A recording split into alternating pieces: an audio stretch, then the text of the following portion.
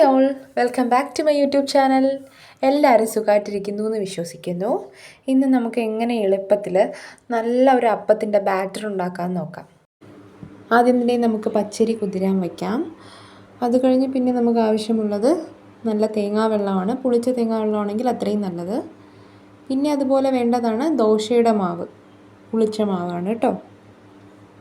അടുത്ത് വേണ്ടത് ചോറാണ്. ചോറൊരു 1/2 കപ്പ് അത്രയാണ് എടുത്തിട്ടുള്ളത്. അപ്പോൾ ഏകദേശം ഒരു 5 മണിക്കൂർ വരെ നമ്മൾ അരി വെള്ളത്തിൽ കുതിരാനിട്ടിട്ടുണ്ടായിരുന്നു. അരിയൊക്കെ നല്ല പോലെ കുതിർന്ന് വന്നിട്ടുണ്ട്. ഞാനിവിടെ 1.5 കപ്പ് പച്ചരിയാണ് എടുത്തിട്ടുള്ളത്. അപ്പോൾ നിങ്ങൾക്ക് ആവശ്യമായിട്ടുള്ള പച്ചരി എത്രയാണോ അത്രയും എടുക്കാം. നമ്മളപ്പോൾ നേരത്തെ എടുത്ത് വെച്ചിരിക്കുന്ന ഇൻഗ്രീഡിയൻസ് എല്ലാം കൂടെ ഒരു മിക്സിയുടെ ജാറിലിട്ട് നല്ല പോലെ ഗ്രൈൻഡ് ചെയ്യാം. പലരും പറഞ്ഞ് കേട്ടിട്ടുള്ള പ്രശ്നമാണ് അപ്പം എത്ര ശ്രമിച്ചിട്ടും നന്നായി വരുന്നില്ല എന്ന്. അതിനുള്ള കാരണം എന്താണെന്ന് വെച്ചാൽ നമ്മൾ മിക്സിയിൽ അരി അരയ്ക്കുന്ന സമയത്ത് മിക്സി പെട്ടെന്ന് ചൂടാകാനും അതോടൊപ്പം തന്നെ നമ്മുടെ മാവിൻ്റെ സോഫ്റ്റ്നെസ്സൊക്കെ ചേഞ്ച് ആവാനും സാധ്യതയുണ്ട്. അപ്പോൾ അത് അവോയ്ഡ് ചെയ്യാനായിട്ട് നമ്മൾ അരി അരയ്ക്കുന്നതിന് തൊട്ട് മുമ്പ് അല്ലെങ്കിൽ ഒരു മണിക്കൂറോ 2 മണിക്കൂറോ മുമ്പ് ഈ അരി നമ്മൾ കുതിരാനിട്ട അരിയില്ലേ, ആ അരി ഫ്രിഡ്ജിൽ വെച്ചാൽ മതിയാവും. അപ്പോൾ ആ തണുപ്പോട് കൂടി നമ്മൾ ഗ്രൈൻഡ് ചെയ്യുമ്പോൾ മിക്സി പെട്ടെന്ന് ഹീറ്റ് ആവത്തില്ല. നമ്മുടെ മാവ് കറക്റ്റ് പരുവത്തിന് കിട്ടുകയും ചെയ്യും. ഇപ്പം ഞാനിവിടെ ഈ ചേരുവകളെല്ലാം നല്ലപോലെ ഗ്രൈൻഡ് ചെയ്തെടുത്തിട്ടുണ്ട്. ഇനി നമുക്കിതൊരു പാത്രത്തിലോട്ട് മാറ്റാം.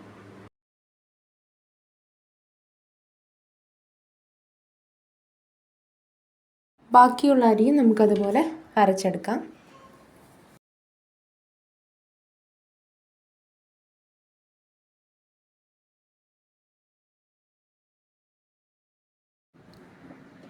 ഇനി നമ്മുടെ മാവിലേക്ക് നമുക്കൊരു 2 to 3 ടീസ്പൂൺ ഷുഗർ ആഡ് ചെയ്യാം.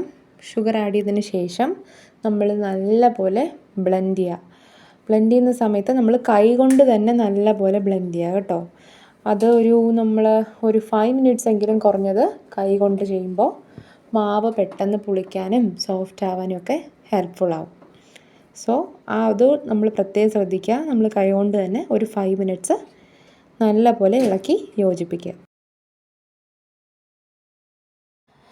ഇനി നമുക്ക് ഈ മാവിനെ വേറൊരു പാത്രത്തിലേക്ക് മാറ്റാം.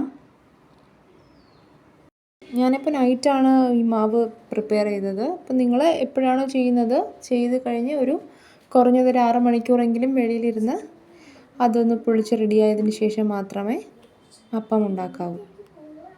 ഞാനിപ്പോൾ ഇത് നല്ലൊരു എയർ ടൈറ്റായിട്ടുള്ളൊരു പാത്രത്തിൽ അടച്ചു വെച്ചിട്ടുണ്ട്. ഇവിടെ ഞാനൊരു പ്ലേറ്റിൻ്റെ മുകളിലാണ് ഇത് വെച്ച് കൊടുക്കുന്നത്. കാരണം ഇൻ കേസ് ഇത് പൊങ്ങിക്കളഞ്ഞാലും നിലത്ത് വീഴാണ്ടിരിക്കാനാണ് അങ്ങനെ ചെയ്തത്. അപ്പോൾ നാളെ നമുക്ക് നോക്കാം. അപ്പോൾ സമയം രാവിലെ ആയിട്ടുണ്ട്. നമുക്ക് നമ്മുടെ അപ്പത്തിൻ്റെ ബാറ്റർ എങ്ങനെയായി നോക്കാം. അതേ കണ്ടോ, മാവ് പുളിച്ച് പുറത്തേക്ക് ചാടിയിട്ടുണ്ട് കേട്ടോ. നമുക്ക് തുറന്ന് നോക്കാം. ഇതാ കണ്ടില്ലേ, മാവൊക്കെ ഇത് നല്ല പോലെ പൊങ്ങി വന്നിട്ടുണ്ട്. നമുക്കിതിനി മിക്സ് ചെയ്ത് നോക്കാം. നിങ്ങളെല്ലാവരും തീർച്ചയായിട്ടും ഇതൊന്ന് ട്രൈ ചെയ്ത് നോക്കണേ. നോക്കിയാൽ മാത്രം പോരാ, നിങ്ങളുടെ ജെന്യൂൻ ആയിട്ടുള്ള റിവ്യൂവും കമൻറ്റ് ബോക്സിൽ പറയണം. അപ്പോൾ നമ്മുടെ മാവ് ഇതാ റെഡി ആയിട്ടുണ്ട്. അപ്പോൾ ഞാൻ ഈ മാവ് മാത്രം കാണിച്ച് നിർത്തുന്നില്ല. നമുക്ക് ഈ ബാറ്റർ ഉപയോഗിച്ച് അപ്പം ചുട്ട് നോക്കാം. അപ്പം നമുക്കറിയാലോ അപ്പം സോഫ്റ്റ് ആവോ എങ്ങനെയാണെന്ന്. അപ്പോൾ വായോ നമുക്ക് നോക്കാം.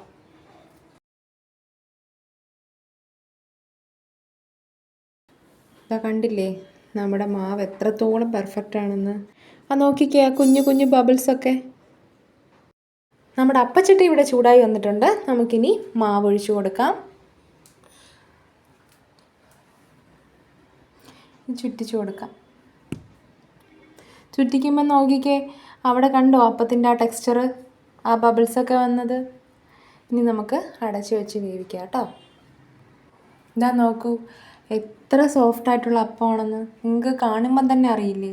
നമ്മളെ റെസ്റ്റോറൻറ്റിൽ നിന്നൊക്കെ വാങ്ങുമ്പോൾ കിട്ടുന്നൊരു അപ്പത്തിൻ്റെ ഒരു ടെക്സ്ചർ അല്ലേ കാണാൻ. ടേസ്റ്റും അതുപോലെയാണ്. നിങ്ങൾ എന്തായാലും ഇതുണ്ടാക്കി നോക്കണം. നിങ്ങൾക്ക് തീർച്ചയായിട്ടും ഇത് ഇഷ്ടപ്പെടും. നിങ്ങൾക്ക് ഇനി ഒരിക്കലും നിങ്ങളുടെ അപ്പത്തിൻ്റെ ബാറ്റർ ശരിയാവുന്നില്ല എന്ന് പറയേണ്ടി വരില്ല. ഇതൊരു മസ്റ്റ് ട്രൈ ഐറ്റമാണ്. കാരണം നമുക്ക് വീട്ടിലുള്ള ഇൻഗ്രീഡിയൻസ് മാത്രം യൂസ് ചെയ്താണ് നമ്മളിത് ഉണ്ടാക്കിയിട്ടുള്ളത്. അതുപോലെ തന്നെ നമ്മൾ ഈസ്റ്റോ അല്ലെങ്കിൽ തേങ്ങാപ്പാലോ ഒന്നും ചേർത്തിട്ടില്ല. അങ്ങനെ ആർട്ടിഫിഷ്യലായിട്ടുള്ള ഈസ്റ്റ് ഒന്നും ചേർക്കാതെ ഹെൽത്തി ആയിട്ടുള്ള രീതിയിലാണ് നമ്മൾ ഈ അപ്പം ഉണ്ടാക്കിയെടുത്തിരിക്കുന്നത്. നമ്മുടെ കുഞ്ഞു മക്കൾക്കും വീട്ടിലുള്ളവർക്കായാലും ഹെൽത്തി ആയിട്ട് കഴിക്കാൻ പറ്റിയ ഒന്നാണ് കേട്ടോ. സോ നിങ്ങളിത് എന്തായാലും ട്രൈ ചെയ്യുക. ഇഷ്ടപ്പെട്ടാൽ ലൈക്കും കമൻറ്റും ചെയ്യാൻ മറക്കല്ലേ. Thank you so much. നമുക്ക് വീണ്ടും ഒരു വീഡിയോയിലൂടെ അടുത്ത് കാണാം. Take care and by.